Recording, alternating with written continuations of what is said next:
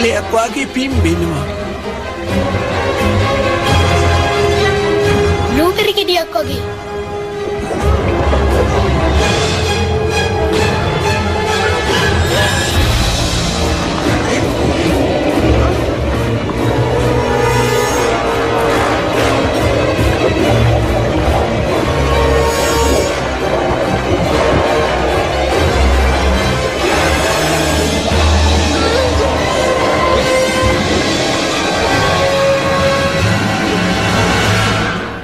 දීලා බැලුවා උම්පලුම්පල 25 දෙනෙකුට විතර. හැමෝම උනා බ්ලූබෙරි.